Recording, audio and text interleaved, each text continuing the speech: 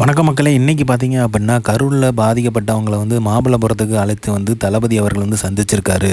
இதற்கு நிறைய விமர்சனங்கள் எழுப்பப்பட்டுச்சு. ஏன்னா தளபதியை சப்போர்ட் பண்ணுறவங்க கூட நிறைய பேர் சொல்லியிருந்தாங்க, தளபதி தான் போய் பார்த்துருக்கணும் அப்படிங்கிறது.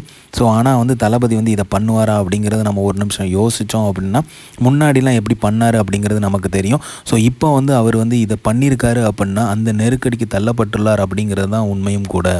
எவ்வளோ தர்ம சங்கடமான நிலைமையில் தளபதி அவர்கள் இதை பண்ணியிருப்பார் அப்படிங்கிறது நம்மளால் உணர முடியுது. ஸோ இதை எல்லாருமே சொல்கிறாங்க, விமர்சனமும் பண்ணுறாங்க. ஸோ அதையெல்லாம் கண்டுக்காமல் அவர் இந்த இக்கட்டான சூழ்நிலையில் கடந்து போகாமல் பாதிக்கப்பட்டவங்களை சந்திச்சிருக்காரு. ஸோ இந்த விடுதியில் கூப்பிட்டு வச்சு எல்லாரையுமே சந்திச்சிருக்காரு. தனிப்பட்ட முறையில் பேசியிருக்காரு தளபதி விஜய் அவர்கள்.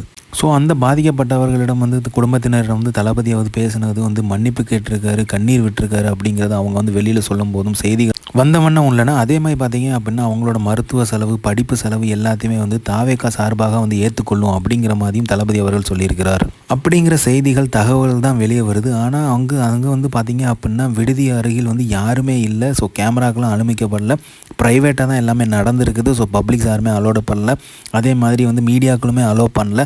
ஸோ இந்த மாதிரி அவர் சொல்லியிருக்கிறார், பேசியிருக்கிறார் அப்படிங்கிற மாதிரி செய்திகள் வந்துகிட்டு இருக்குது. ஸோ அங்கே பாதிக்கப்பட்டவங்கள்ட்டையும் இவங்க கேட்டாங்களா அப்படிங்கிறதும் தெரியல.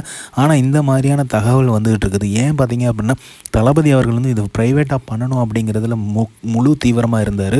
இந்த சந்திப்பின் போது பார்த்தீங்க அப்படின்னா, அவருக்கு மிக நெருக்கமான நிர்வாகிகள் மட்டும்தான் கூட இருந்ததாகவும் தகவல் வந்தன.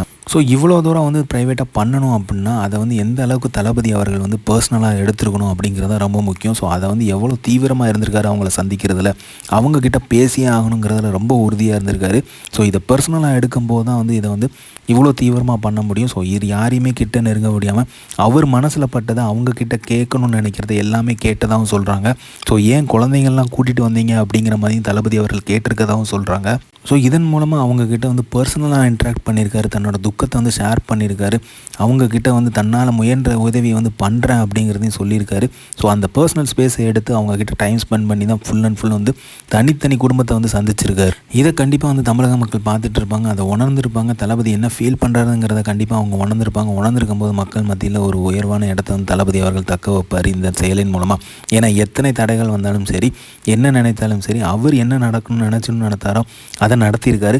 அவரை யாரெல்லாம் இது தப்பான முடிவுன்னு சொன்னாங்களோ, இப்போ எல்லாருமே பார்த்தீங்க அப்படின்னா அவர் இது வரவேற்றிருக்காங்க. ஏன் பார்த்தீங்க அப்படின்னா, அவருக்கான ஸ்பேஸை எடுத்து அவங்கக்கிட்ட நிதானமாக, எந்த ஒரு இடைஞ்சலும் இல்லாமல், எந்த ஒரு தொந்தரவும் இல்லாமல், நிம்மதியாக அவங்க கூட உட்காந்து டைம் ஸ்பெண்ட் பண்ணி என்ன பேசணும்னு அவர் நினச்சாரோ, அவர் மனசில் உள்ள பாரத்தை எல்லாத்தையுமே அவங்கக்கிட்ட சொல்லியிருக்காரு. அவங்க என்னெல்லாம் ஃபீல் பண்ணாங்களோ, அவங்க தளபதிக்கிட்டேருந்து என்ன எதிர்பார்த்தாங்க, என்னெல்லாம் சொல்லணும், அவங்களோட கஷ்ட நஷ்டங்கள் எல்லாத்தையுமே தளபதிக்கிட்ட அவங்களும் ஷேர் பண்ணியிருப்பாங்க. எந்த ஒரு தொந்தரவுமே இல்லாமல், எந்த ஒரு கட்டுப்பாடுமே இல்லாமல் அவங்கள்ட்ட ஃபேஸ் பண்ணியிருக்காரு அப்படிங்கிறது தான் உண்மையாக பார்க்கப்படுதுன்னு சொல்லி எல்லாருமே சொல்கிறாங்க. ஸோ எல்லாத்தையுமே தமிழக மக்கள் உற்று நோக்கிட்டு தான் இருக்காங்க. யார் தான் என்ன தான் பண்ணாலும் சரி, ஹேட்டர்ஸ் எவ்வளோ தான் போய் சொன்னாலுமே சரி, தப்பாக திணிச்சாலுமே சரி, தமிழக மக்கள் எவ்வளோ புத்திசாலி அப்படிங்கிறது நமக்கு நல்லா தெரியும். அவங்க எதை நம்பணும், எப்படி நம்பணும், யாரை நம்பணும் அப்படிங்கிறது எல்லாமே தெரியும். அவங்க எல்லாருமே ஒரு மாற்றத்தை எதிர்பார்த்துட்ருக்காங்க. அந்த மாற்றத்தை நோக்கி போய் பயணிச்சிட்ருக்காங்க.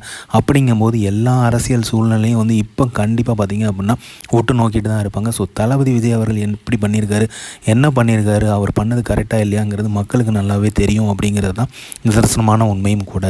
ஆனால் ஒன்று மட்டும் உறுதியாக சொல்ல முடியும், தளபதியோட அரசியல் என்ட்ரிக்கு அப்புறம் தமிழக அரசியல் அவரை சுற்றி நகர்றதுங்கிறது தான் நிதர்சனமான உண்மை. ஸோ அதை கண்டிப்பாக நிலைநிறுத்தியிருக்கார் தளபதி அவர்கள். இனிமேல் இவங்களை சந்தித்ததுக்கப்புறம் தான் அரசியல் முடிவுகள், அரசியல் நகர்வுகள் எல்லாமே இருக்கும் அப்படிங்கிறத சொல்லியிருந்தார். ஸோ நல்லதே நடக்கும், கான்ஃபிடண்ட்டாக இருப்போம், வெற்றி நிச்சயம்.